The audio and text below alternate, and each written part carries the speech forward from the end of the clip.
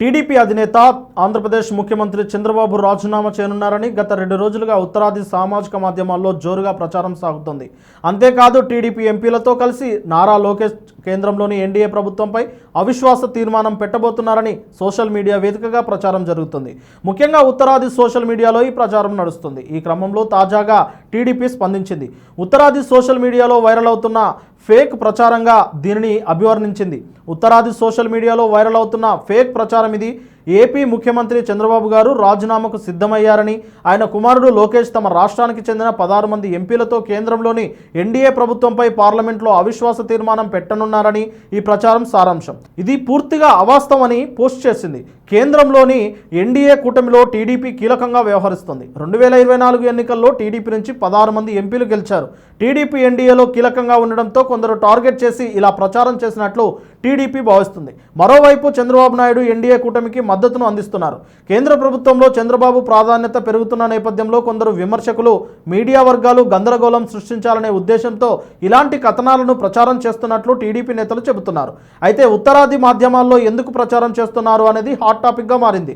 ప్రస్తుతం కేంద్రంలో ప్రభుత్వం నిలబడాలన్నా, ప్రభుత్వం కూలిపోవాలన్నా చంద్రబాబు నాయుడు పాత్ర కీలకమైనది. అదే అదునుగా తన 40 సంవత్సరాల రాజకీయ అనుభవాన్ని జోడిస్తూ రాజకీయ చదరంగం ఆడడానికి చంద్రబాబు నాయుడు సిద్ధమయ్యారా అనే సందేహాలకు వ్యక్తమవుతున్నాయి. దేశంలో రాహుల్ గాంధీ ఓట్ చోరీ నినాదంతో మోడీ, అమిత్ షాలను కొంత ఇబ్బందులకు గురిచేస్తున్న తరుణంలో అనుకోకుండా సంభవించిన ఉపరాష్ట్రపతి ఎన్నిక, బీహార్ ఎన్నికల ద్వారా అమిత్ షా, మోడీలను సైతం ఉత్కంఠకి గురిచేసేలా చంద్రబాబు నాయుడు రాజకీయ చదరంగం ఉంటుందని వాదనలు వినిపిస్తున్నాయి. చంద్రబాబు నాయుడు ఆంధ్రప్రదేశ్ సీఎంగా రాజీనామా చేసే అవకాశాలు ఉన్నాయి అంటూనే కేంద్రంలో ముఖ్యమైనటువంటి పదవిని డిమాండ్ చేస్తున్నారని వార్తలు వచ్చాయి. రాష్ట్రంలో కూటమి ప్రభుత్వం ఏర్పడిన తర్వాత చంద్రబాబు నాయుడు సీఎంగా పదవి బాధ్యతలు చేపట్టారు. అయితే రానున్న రోజుల్లో నారా లోకేష్ ఆంధ్రప్రదేశ్ సీఎంగా బాధ్యతలు చేపట్టే అవకాశాన్ని కల్పించే దిశగా నారా చంద్రబాబు నాయుడు అడుగులు వేస్తున్నారని అంటున్నారు.